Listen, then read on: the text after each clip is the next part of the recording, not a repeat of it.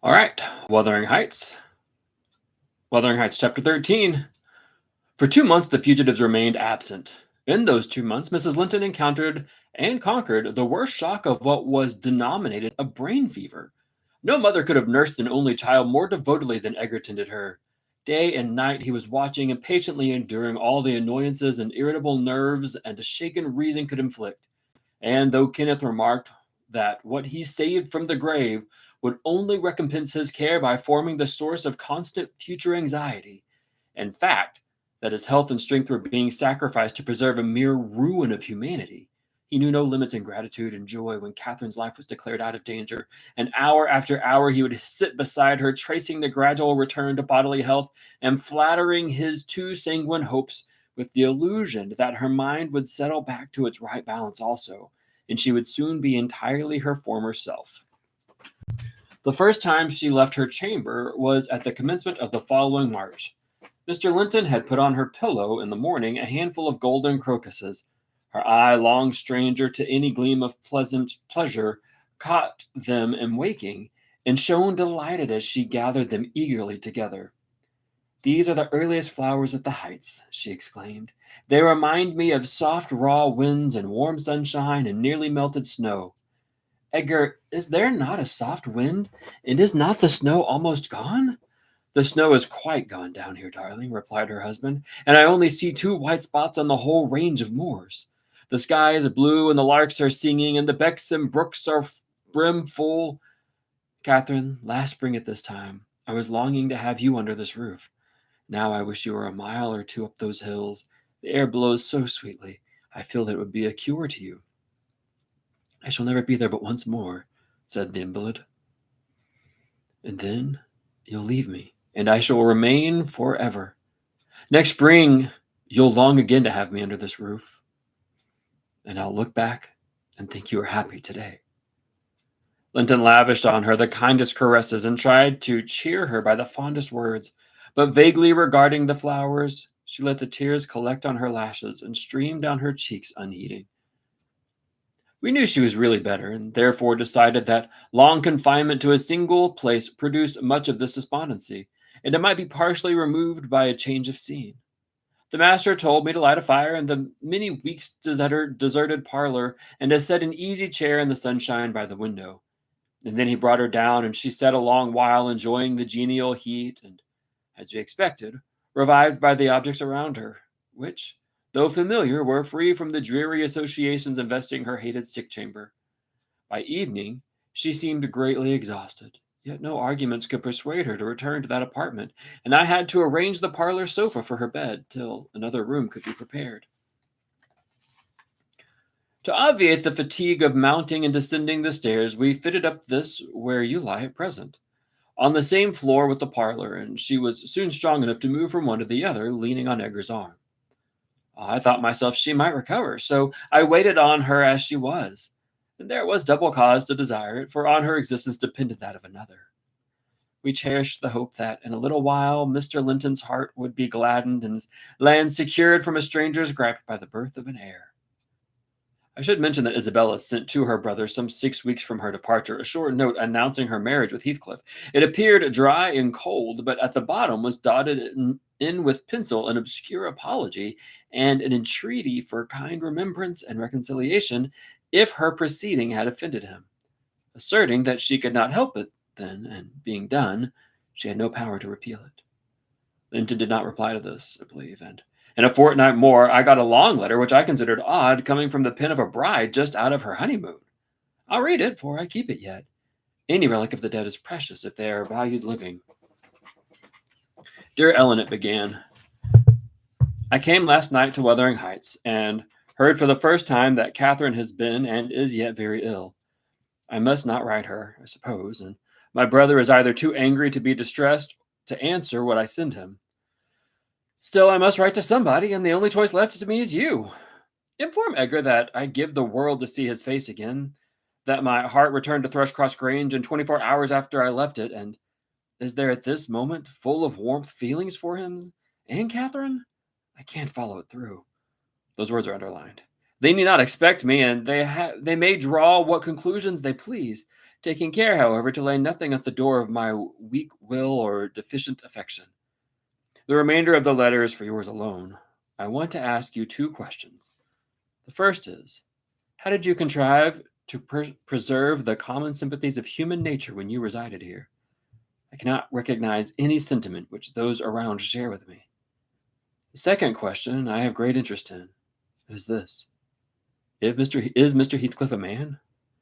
If so, is he mad? And if not, is he a devil?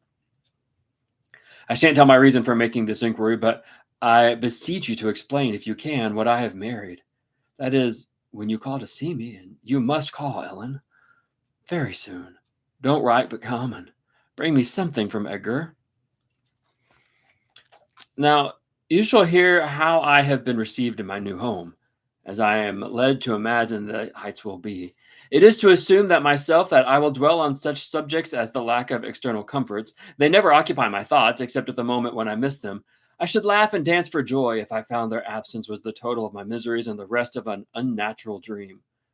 The sun set behind the grange as we turned on to the moors. By that I judged it to be 6 o'clock, and my companion halted half an hour to inspect the park and the gardens, and probably the place itself as well as he could. So it was dark when we dismounted in the paved yard on the farmhouse, and your fellow servant Joseph issued out to receive us by the light of a dip candle. He did it with a courtesy that redounded to his credit. His first act was to elevate his torch to a level with my face, squint malignantly, project his under lip, and turn away. Then he took the two horses and led them into the stables, reappearing for the purpose of locking the outer gate as if we lived in an ancient castle. Heathcliff stayed to speak to him, and I entered the kitchen, a dingy, untidy hole. I dare say you would not know it. It is so changed since it was in your charge. By the fire stood a ruffianly child, strong in limb and dirty in garb, with a look of Catherine in his eyes and about his mouth. This is Edgar's legal nephew, I reflected. Mine, in a manner. I must shake hands, and yes, I must kiss him. It is right to establish a good understanding at the beginning. I approached and attempted to take his chubby fist, said, How do you do, my dear? He replied in a jargon I did not comprehend. Shall you and I be friends, Hareton? Was my next essay at conversation. An oath and a threat to set Throttler on me if I did not frame off rewarded my perseverance. Hey, Throttler, lad, whispered the little wretch, rousing a half-bred bulldog from its lair in the corner. Now, we're to be ganging, he said authoritatively. Love for my life urged to compliance. I stepped over the threshold to wait till the others should enter. Mr. Heathcliff was nowhere visible, and Joseph, whom I followed to the stables and requested to accompany me in, after staring and muttering to himself, screwed up his nose and replied, Mem, mem, mem, did I have a Christian boy here out to like it? Minching and munching. Can we tell what he say? I say, I wish you to come with me into the house, I cried, thinking him deaf, yet highly disgusted at his rudeness. Nor not me. Getting someone else to do it, he answered, and continued his work, moving his lantern jaws meanwhile, and surveying my dress and countenance. The former a great deal too fine, but the latter, I'm sure, as sad as he could desire, with sovereign contempt. I walked round the yard, and through a thicket to another door, at which I took the liberty of knocking, in hopes some more civil servant might show himself. After a short suspense, it was opened by a tall, gaunt man without neckerchief, and otherwise extremely slovenly. His features were lost in masses of shaggy hair that hung on his shoulders, and his eyes, too, were like a ghostly Catherine's, with all their beauty annihilated. What's your business here? He demanded grimly. Who are you? My name was Isabella Linton, I replied. You've seen me before, sir. I'm lately married to Mr. Heathcliff, and he has brought me here, I suppose, by your permission. Is he come back, then? Asked the hermit, glaring like a hungry wolf. Yes, we came just now, I said. But he left me by the kitchen door, and when I would have gone in, your little boy played sentinel over the place and frightened me by the help of a bulldog. It is well the hellish villain has kept his word, growled my future host, searching the darkness beyond me in expectation of discovering Heathcliff. And then he indulged in a soliloquy of execrations and threats of what he would have done had the fiend deceived him. I repented having tried the second entrance, and was almost inclined to slip away before he finished cursing, but ere I could execute that intention, he ordered me in, and shut and refastened the door. There was a great fire, and that was all the light in the huge apartment, whose floor had grown a uniform gray, and the once brilliant pewter dishes, which used to attract my gaze when I was a girl, partook of a similar obscurity, created by tarnish and dust. I inquired whether I might call the maid and be conducted to my bedroom. Mr. Earnshaw vouchsafed no answer. He walked up and down with his hands in his pockets, apparently quite forgetting my presence, and his abstraction was evidently so deep and his whole aspect so misanthropical that I shrank from disturbing him again. You'll not be surprised, Ellen, at my feeling particularly cheerless, seated in worse than solitude on the inhospitable hearth, and remembering that 4 miles distant lay my beautiful home containing the only people I loved on earth, and there might as well be the Atlantic to part us instead of those 4 miles. I could not overpass them. I questioned with myself, where must I turn for comfort? And mind you, don't tell Edgar or Catherine. About every sorrow beside this rose preeminent. Despair at finding nobody who could or would be my ally against Heathcliff. I had sought shelter at Wuthering Heights almost gladly because I was secured by the arrangement from living alone with him. But he knew the people we were coming amongst, and he did not fear their intermeddling. I sat and thought a doleful time. The clock struck 8 and 9, and still my companion paced to and fro, his head bent on his breast, and perfectly silent unless a groan or a bitter ejaculation forced itself out at intervals. I listened to detect a woman's voice in the house, and filled the interim with wild regrets and dismal anticipations, which at last spoke audibly in irrepressible sighing and weeping. I was not aware how openly I grieved till Earnshaw halted opposite in his measured walk and gave me a stare of newly awakened surprise. Taking advantage of his recovered attention, I exclaimed, "I'm tired with my journey, and I want to go to bed. Where's the maidservant? Direct me to her. She won't come to me." "We have none," he answered. "You must wait on yourself." "Where must I sleep then?" I sobbed. I was beyond regarding self-respect, weighed down by fatigue and wretchedness. "Joseph will show you Heathcliff's chamber," said he. "Open that door. He's in there." I was going to obey, but suddenly arrested me and added in the strangest tone, "Be so good as to turn your lock and draw your bolt. Don't omit it." "Well," I said, "but why, Mr. Earnshaw?" I did not relish the notion of deliberately fastening myself in with Heathcliff. "Look here," he replied, pulling from his waistcoat a curiously constructed pistol having a double-edged spring knife attached to the barrel. "That's a great temper to a desperate man, is it not? I cannot resist going up to this every night and trying his door. If once I find it open, he's done for. I do it invariably, even the minute before I have been recalling 100 reasons that should make me refrain. It is some devil that urges me to thwart my own schemes by killing him. You fight against that devil for as long as you may. When the time comes, not all the angels in heaven shall save him." I surveyed the weapon inquisitively. A hideous notion struck me. How powerful I should be possessing such an instrument. I took it from his hand and touched the blade. He looked astonished at the expression in my face, assumed during a brief second it was not horror, it was covetousness. He snatched the pistol back jealously, shut the knife, and returned it to its concealment. "I don't care if you tell him," he said. "Put him on his guard and watch for him. You know the terms we are on, I see. This danger does not shock you." "What has Heathcliff done to you?" I asked. "And what has he wronged you to warrant this appalling hatred? Wouldn't it be wiser to bid him quit the house?" "No," thundered Earnshaw. "Should he offer to leave me, he's a dead man. Persuade him to attempt it, and you are a murderess. Am I to lose all without a chance of retrieval? Is Hareton to be a beggar? Oh, damnation, I will have it back. And I'll have his gold, too, and then his blood, and hell shall save his soul. It will be 10 times blacker with that guest than ever it was before." "You've acquainted me, Ellen, with your old master's habits. He is clearly on the verge of madness. He was so last night, at least. I shuddered to be near him, and thought on the servant's ill-bred moroseness as comparatively agreeable." He now recommenced his moody walk, and I raised the latch and escaped into the kitchen. Joseph was bending over the fire, peering into a large pan that swung above it, and a wooden bowl of oatmeal stood on the settle close by. The contents of the pan began to boil, and he turned to plunge his hand into the bowl. I conjectured that his preparation was probably not our supper, and being hungry, that his preparation was probably for our supper, and being hungry, I resolved it should be edible, so crying out sharply, "I'll make the porridge," I removed the vessel out of his reach and proceeded to take off my hat and riding habit. "Mr. Earnshaw," I continued, "directs me to wait on myself, and I will. I'm not going to act like the lady among you, for I fear I should starve." "Good Lord," he muttered, sitting down and stroking his ribbed stockings from knee to ankle. "If there's to be fresh otherings, just when I've gotten used to the two masters, if I must have a master sit on my head, it's like time to be fitting. I never did think to say it today to mad, excuse me, I never did think to say it today. It would have been mad to have the old place, but I did deny it to end." This lamentation drew no notice to me. I went briskly to work, sighing to remember a period when it would have been all merry fun, but compelled speedily to drive off the remembrance. It racked me to recall past happiness and the greater peril there was of conjuring up its apparition. And the quicker the thimble ran, and the faster the handfuls of meal fell into the water. Joseph beheld my style of cookery with growing indignation. There, he ejaculated.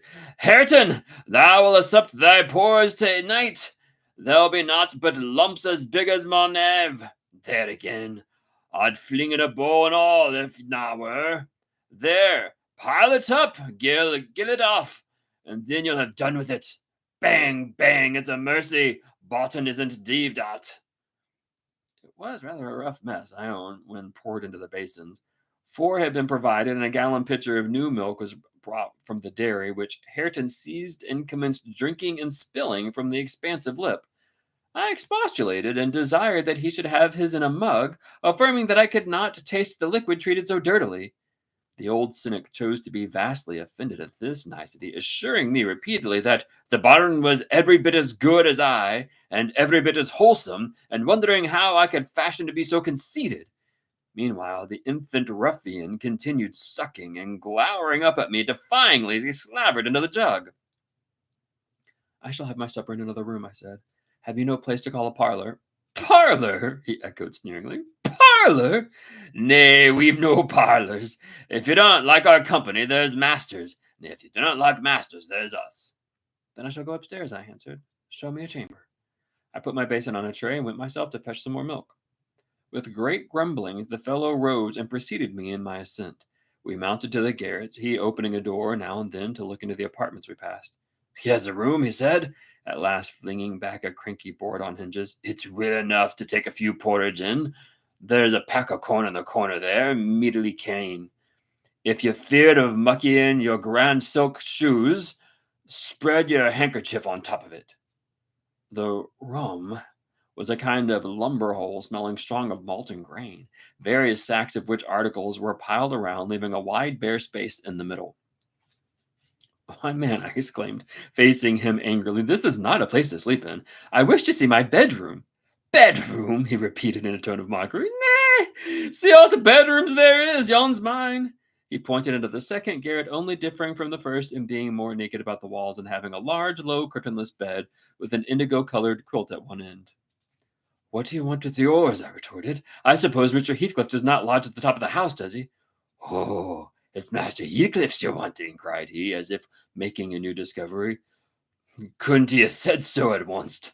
Ah, then, I'ma tell ye, back of the works that's just the one you cannot see. He alas keeps it locks, and nobody ever mells upon his histling.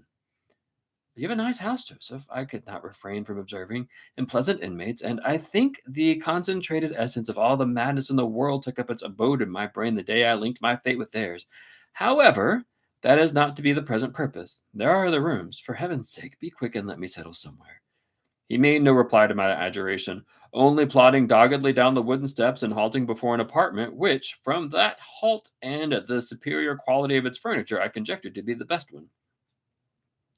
There was a carpet, a good one, but the pattern was obliterated by dust. A fireplace hung with cut paper dropping to pieces, a handsome oak bedstead with ample crimson curtains to rather expensive material and modern make.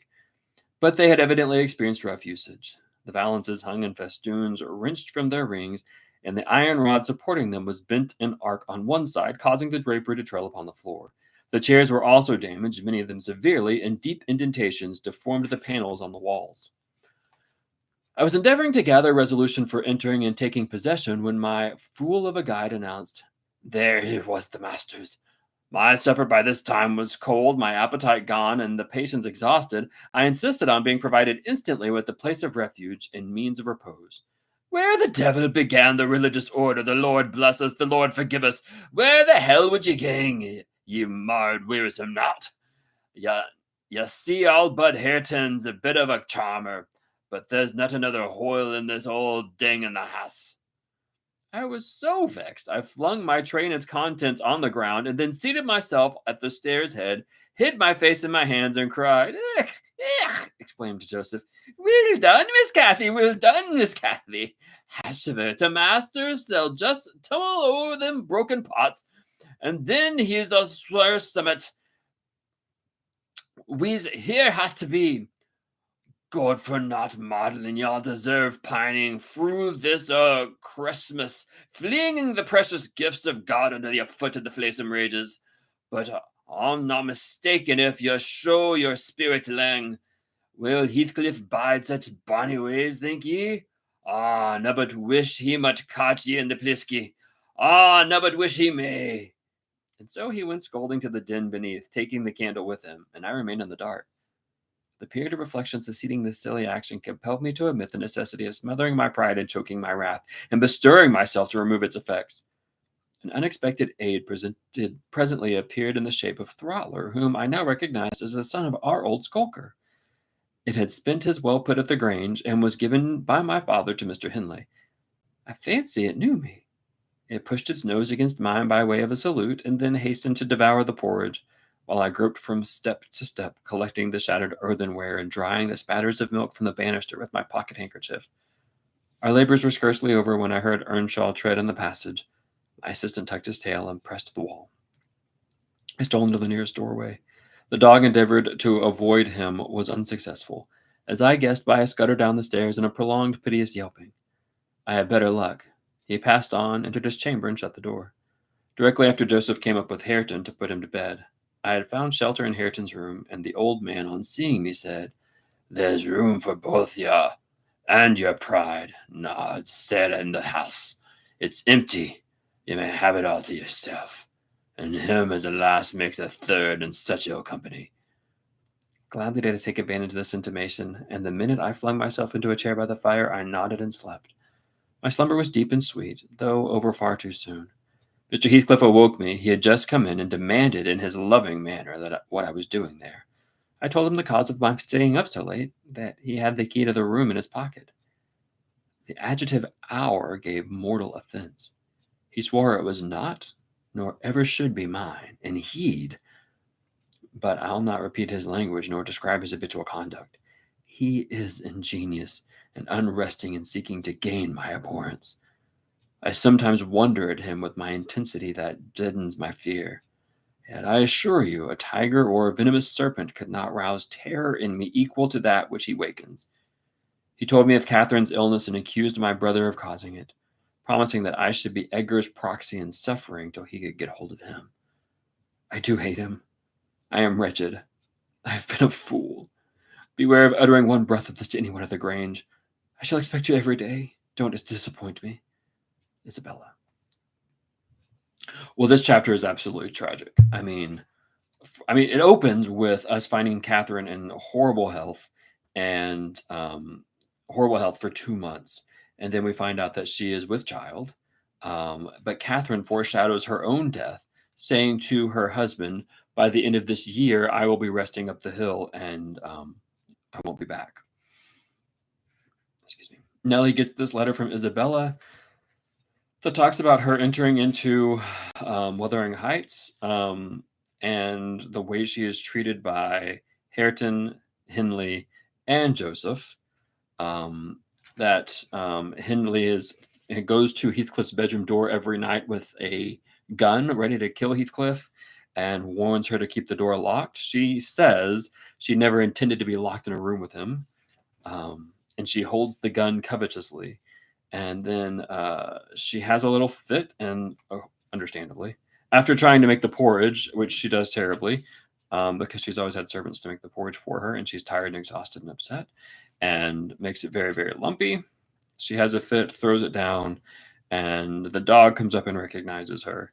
And then Heathcliff comes in and chastises her, cusses at her in language that she will not repeat, for daring to say that it is our bedroom, because it is his bedroom and it never will be theirs. It never will be hers. And she ends with how much she hates him and how foolish she is to have been with him, because he promises that he will get revenge on Edgar through her, that she will be the proxy to receive that.